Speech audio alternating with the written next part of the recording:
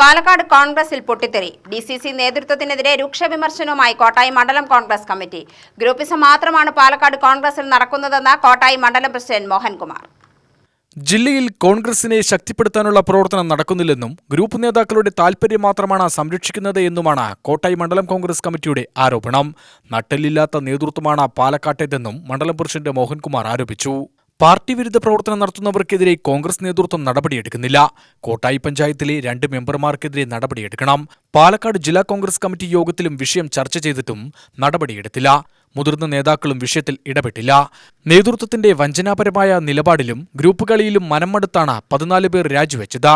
Youth Congress, മഹിളാ കോൺഗ്രസ്, ദളിത് കോൺഗ്രസ്, സേവാദൾ ജില്ലാ ഭാരവാഹികളും Tharoor block Congress ഭാരവാഹികളും രാജിവെച്ചു. ഡിസിസി പ്രസിഡന്റ് തങ്കപ്പന് രാജിക്കത്ത് നൽകി. KPCC പ്രസിഡന്റ്, പ്രതിപക്ഷ നേതാവ് ദീപദാസ് മുൻഷി എന്നിവർക്ക് കത്തയച്ചിട്ടുണ്ട്.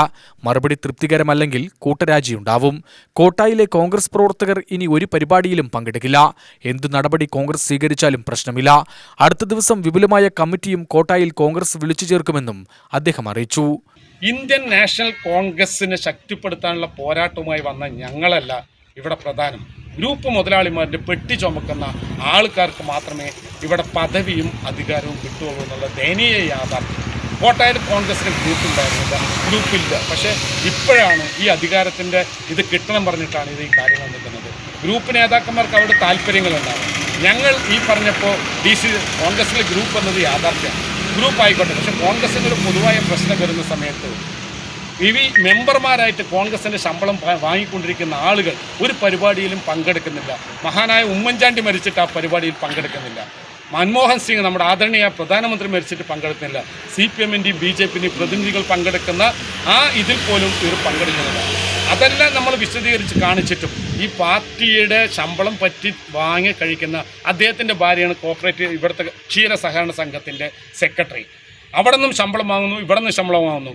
പാർട്ടിയുടെ ശമ്പളം വാങ്ങി കഴിക്കുന്ന ആളുകൾ, പാർട്ടിയുടെ ചിഹ്നത്തിൽ മത്സരിച്ച ആളുകൾ, പാർട്ടി വിരുദ്ധ പ്രവർത്തനം നടത്തിയത് ജില്ലാ നേതൃത്വത്തിൻ്റെയും അതുപോലെ തന്നെ KPCC-യുടെ കറക്റ്റായ ഭാരവാഹികളുടെയും ശ്രദ്ധയിൽപ്പെടുത്തിയിട്ടും ഒരു നടപടി ഉണ്ടായില്ല എന്നുള്ള വേദനാജനകമായ സംഭവം ഉണ്ടായപ്പോൾ പണിയെടുക്കാൻ ഞങ്ങളും പാർട്ടി പദവി അലങ്കരിക്കാൻ ഈ ഗ്രൂപ്പ് നേതാക്കന്മാരുടെ പെട്ടി ചുമക്കുന്നവരുണ്ടെങ്കിൽ അത് ഞങ്ങൾക്ക് കഴിയില്ല എന്ന് പറഞ്ഞുകൊണ്ട് മണ്ഡലം കോൺഗ്രസ് കമ്മിറ്റി ഐക്യകണ്ഠേന ഇതിനെതിരെ നടപടി വേണം പറഞ്ഞ് ജില്ലാ പ്രസിഡന്റിനോട് നിരവധി തവണ ആവശ്യപ്പെട്ടില്ല.